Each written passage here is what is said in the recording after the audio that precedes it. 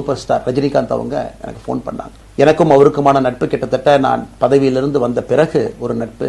நிறைய அவர்கிட்ட பேசுவேன். அவருடைய அரசியல் பாதை எப்படி இருக்கணும் அப்படின்லாம் பேசியிருக்கேன். அப்ப திரு சூப்பர் ஸ்டார் அவர்கள் இங்க டெல்லியிலிருந்து திரும்ப வரணும், அவருடைய இயக்கத்தில் இணைய வேண்டும் என்ற வேண்டுகோளை ஆகஸ்ட் 24 ஒரு நாளைக்கு முன்னாடி பிஜேபியில சேரும் பொழுது வைத்த பொழுது 3 விஷயம் தான் என் கண் முன்னாடி இருந்துச்சுங்க. தமிழ்நாட்டுக்கு எது நல்லது, அது எந்த மாற்று கருத்தும் இல்ல. சூப்பர் ஸ்டார் அரசியலுக்கு வர்றதுதான் தமிழ்நாட்டுக்கு நல்லது. சூப்பர் ஸ்டாருக்கு என்ன நல்லது, அவர் அரசியலுக்கு வராம இருக்கிறது அவருக்கு நல்லது. கோவிட் காலகட்டத்தில் அவருக்கு இருக்கக்கூடிய உடல் பிரச்சனைகள் அதையே பார்த்துக்கணும். முதல்ல அவர் ஆரோக்கியமா சந்தோஷமா இருக்கணும். அண்ணாமலைக்கு எது நல்லது, பாரதிய ஜனதா கட்சியில் இணைகின்றேன் என்கின்ற வாக்குறுதியை திரு சந்தோஷ் ஐயா கிட்ட கொடுத்தேன், ஒரு பிராமிஸ் கொடுத்தேன், அதை பிரேக் பண்ணக்கூடாது அப்படிங்கிறதுல நான் தெளிவாக இருந்தேன். 3 கான்ஃபிளிக்ட் இங்க இருக்கும் பொழுது ஒரு நாள் இந்த கட்சியில் இணைவதற்கு முன்பாகவே முழு கான்ஃபிளிக்ட். அன்னைக்கே ரஜினிகாந்த் ஐயா பேசி அந்த போன் காலுக்கு முதல் முறையாக மறுத்து, ஐயா மன்னிச்சுக்க என்னால வர முடியாது என்று சொல்லி பாரதிய ஜனதா கட்சியில் அடுத்த நாள் இணைத்துக் கொண்டேன். அதன் பிறகு சூப்பர் ஸ்டார் அவங்களை பார்த்து மன்னிப்பு கேட்டேன். அவரும் பெருந்தன்மையாக அவருடைய அரசியல் பாதையை அவரும் பெருந்தன்மையாக அடுத்து தீர்மானிச்சார். எதுக்கு இதை நான் சொல்றேன் அப்படின்னாங்க, சில யூகங்களுக்கெல்லாம் இன்று முற்றுப்புள்ளி வைக்க வேண்டும் என்பதற்காக மட்டும்தான் இதை நான் சொல்றேங்க, வேற எந்த காரணமும் கிடையாது.